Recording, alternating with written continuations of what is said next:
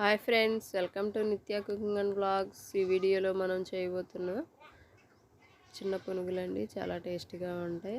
చిన్న పునుగులు చాలా త్వరగా కూడా రెడీ అయిపోతాయి. ముందుగా ఒక కప్పు మైదా పిండి తీసుకుని మైదా పిండి ఒక బౌల్లో వేసుకుని, పెరుగు ఉంటుంది కదండి, పుల్లటి పెరుగు అయినా పర్లేదు, నార్మల్ పెరుగు అయినా పర్లేదు, పెరుగు 3 టేబుల్ స్పూన్ల వరకు పెరుగు వేసుకుని, ఇప్పుడు మనం కొద్దిగా జీలకర్ర, సాల్ట్ రుచికి సరిపడా సాల్ట్ వేసుకోవాలి. సోడా వేసుకుంటున్నానండి నేను. సోడా వేసుకుని 1 టీ స్పూన్ వరకు సోడా వేసుకుని ఇందులోనే మనం ముందు మిక్స్ చేసేసుకుందాం. మిక్స్ చేసుకున్న తర్వాత ఇదంతా కూడా బాగా కలిసేంత వరకు కూడా పెరుగు మనం మిక్స్ చేసుకుందాం. మిక్స్ అయిన తర్వాత ఇది ఇలా వచ్చిందండి. ఇప్పుడైతే మనం వాటర్ అనేది యాడ్ చేశాను నేను. చూడండి, ఈ కన్సిస్టెన్సీలోకి వచ్చింది.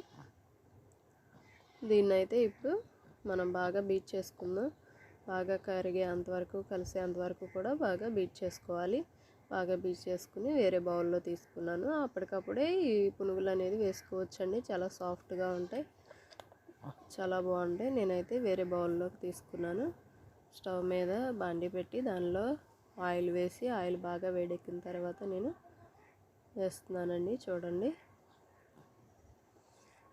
ఇలా కొంచెం కొంచెం పిండి తీసుకుని కొంచెం కొంచెం గోరుతో ఇలా వేస్తూ రావాలి. ఇది హై ఫ్లేమ్లో ఉండాలండి. లోతుగా ఉన్న బాండి అయితే చాలా బాగా రౌండ్ అనేది వస్తాయి. చూడండి, నేనైతే ఇలా వేస్తున్నాను.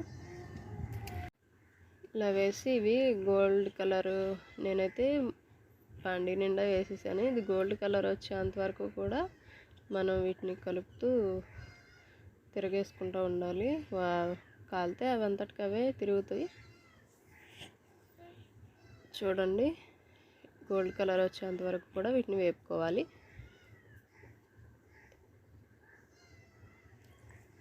చూస్తున్నారు కదా, వీటిని gold colour, light gold colour వచ్చినాయి. వీటిని అయితే మనం ఈ కలర్ వచ్చేంత వరకు కూడా మనం వేయించుకున్నాం.